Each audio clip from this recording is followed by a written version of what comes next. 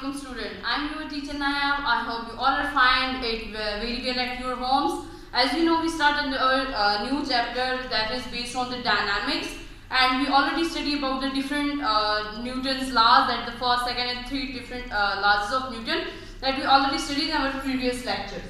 Now in today's lecture we study about the weight, what is weight, and the linear momentum, what is linear momentum.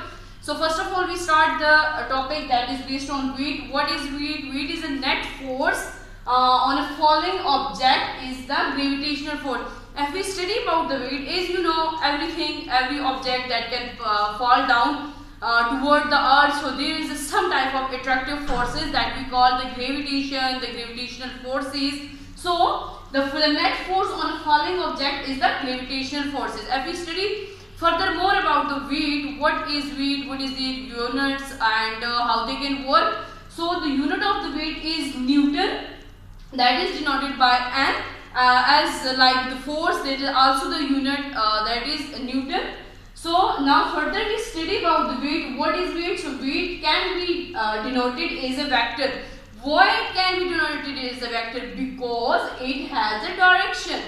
If we study about the direction, so as you know, when the object are fall downward toward the gravity, toward the earth, so it has a direction that we say that the object can fall from the top to bottom, that is toward the earth. So it is called, therefore weight is a vector quantity because they has a direction. For example, I have an example for you people, that is, consider an object with a mass m falling down toward the earth.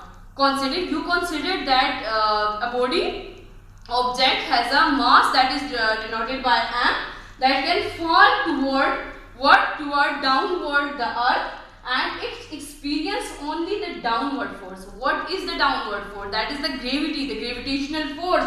So it's experience only the downward force of the gravity, which has magnitude. When they experience the gravity, so there is also some type of magnitudes are present. So we call this W. The magnitude is represented by W. As you already studied in the Newton's second law, that tell us that force is equal to magnitude and acceleration. So Newton's second law says F is equal to ma. Object experience downward force of gravity. If we say that object is experiencing the force of gravity when they are going toward the earth, so how we denote this? We represent this by F is equal to W, because they are showing some type of work. And acceleration of an object due to the gravity is represented by G. Acceleration is caused because of what? Because of their earth gravity. So gravity is represented by G. Now we represent that A is equal to what? Acceleration is equal to the gravity. As you already know that the second law of the Newton is F is equal to ma. So now we put their values. F is equal to what? F is equal to W. So I put here W on behalf of F, and m come on their position, and acceleration is equal to what? Acceleration is equal to G, that is the gravity.